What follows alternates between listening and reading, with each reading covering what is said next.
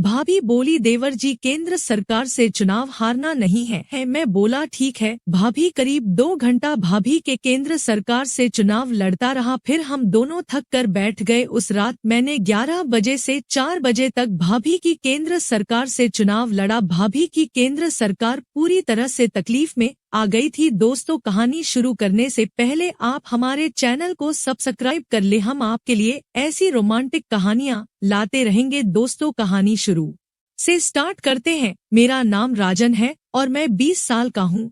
उन दिनों की बात है जब मैं सर्दियों की छुट्टियों में अपने मामा के घर गया हुआ था। मेरे मामा के लड़के की शादी को सिर्फ 1 महीना हुआ था और भैया अपनी जॉब के लिए वापस दिल्ली चले गए थे। भाभी यहीं घर में मामा मामी के देखभाल के लिए रह गई थी। जब मैं मामा के घर पहुंचा तो उस समय मामा और मामी पूजा के प्रोग्राम में 3 दिन के लिए गए हुए थे। उनके घर पर सिर्फ भाभी थी और उनके साथ मामा की लड़की थी। मैंने उस वक्त भाभी को पहली बार देखा था। वे किसी परी से कम नहीं थी। उनको देखते ही मैं सोचने लगा कि भैया खुशकिस्मत है, क्योंकि भाभी बहुत सुंदर थी। मेरे उधर पहुंचते ही दीदी मुझसे बात करने लगी। दीदी से भाभी मेरे बारे में पूछने लगी। जब मैं दीदी से बात कर रहा था तब भाभी मेरी बातों को बहुत ध्यान देकर सुन रही थी। कुछ देर बाद दीदी और भाभी ने मुझसे खाना खाने के लिए कहा। मैं खाना खाकर लेट गया क्योंकि मैं बहुत थका हुआ था। कुछ देर आराम करके मैं शाम को उठा तो देखा कि भाभी ने कपड़े बदल लिए थे और उन्होंने लाल रंग की साड़ी पहनी है। भाभी ने लाल साड़ी के साथ लाल रंग का ब्लाउज पहना था। वे बेहद खूबसूरत लग रही थी। भाभी को इस क्रॉस मैचिंग में देखकर मैं खो गया था और फिसल कर गिर गया और भाभी ने देख लिया था और वे मुंह छिपाकर हंसने लगी थी। मेरे जागने पर भाभी ने मुझसे पूछा, आपके लिए चाय ले आऊं देवर जी? मैंने उन्हें देखते हुए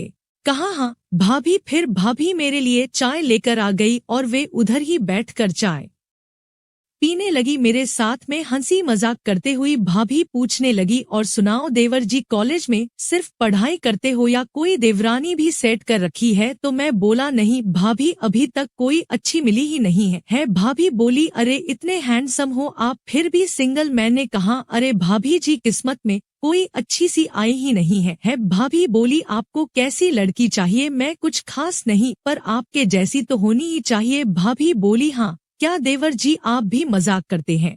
मेरी जैसी क्यों? क्या मैं आपको इतनी सुंदर लगती हूँ? वैसे भी मेरी किस्मत में तो पति का प्यार लिखा ही नहीं है। आपके भैया शादी होते ही वापस जॉब पर चले गए। मैं, अरे कोई बात नहीं भाभी जी, मैं हूँ ना, अभी सारी सर्दियों तक मैं आपकी सेवा के लिए यही हूँ।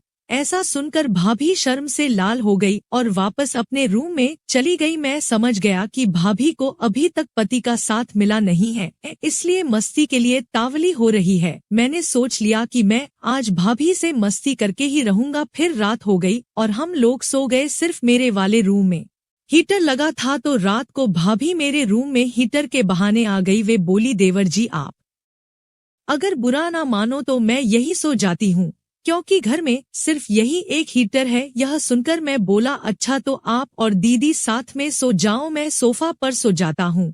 इस पर भाभी बोली, दीदी सो चुकी है और उनको हीटर नहीं चाहिए। यह बोलकर भाभी मेरे बेड पर एक साइड में लेट गई। भाभी ने नाइटी पहनी थी। उनकी लाल रंग की नाइटी एकदम सॉफ्ट वेलवेट वाली थी। यह उन पर बेहद जच रही थी। उन्हें देखकर मैं अपने मन में सोच रहा था कि भाभी से कैसे बात किया जाए, और मैं समझ रहा था कि भाभी सिर्फ सोने की एक्टिंग कर रही हैं और कुछ नहीं। उधर भाभी भी उत्तेजना के मारे काम थी और ऐसी सर्दी में भी भाभी को पसीना निकलने लगा था। भाभी मेरे तरफ देखी और कहने लगी, देवर जी, क्या आप मेरी केंद्र सरकार से चुनाव लड़ोगे? यह सुनकर मैं भाभी की तरफ देखा तो भाभी मुस्कुराने लगी। फिर मैं भाभी के केंद्र सरकार से चुनाव के लिए पहले से ही तैयार था। फिर मैं भाभी के केंद्र सरकार से चुनाव लड़ने लगा। तब भाभी बोली, देवर जी, मेरी केंद्र सरकार से हारना नहीं। मैं बोला, ठीक है भाभी। करीब 30 मिनट भाभी के केंद्र सरकार से चुनाव लड़ता रहा। फिर हम दोनों थक कर बैठ गए। उस रात मैंने 11 बजे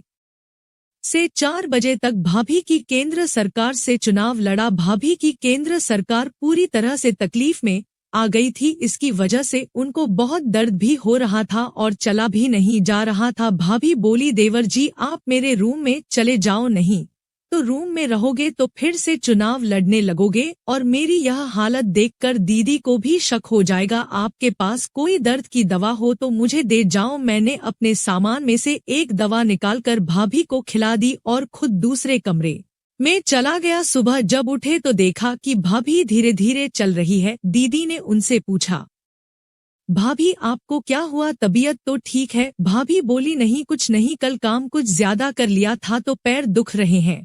मैं बोला, भाभी तेल मालिश करवा लो, अच्छा रहेगा। यह सुनकर भाभी मुझको देखकर इशारा करने लगी। फिर वे बोली, नहीं देवर जी, मैं कभी मालिश नहीं करवाऊंगी, उससे तो और ज्यादा दर्द हो जाता है। मैं दीदी से नजर बचाकर हंसने लगा। दोस्तों, कहानी अच्छी लगी हो तो हमारे चैनल को सब्सक्राइब करें।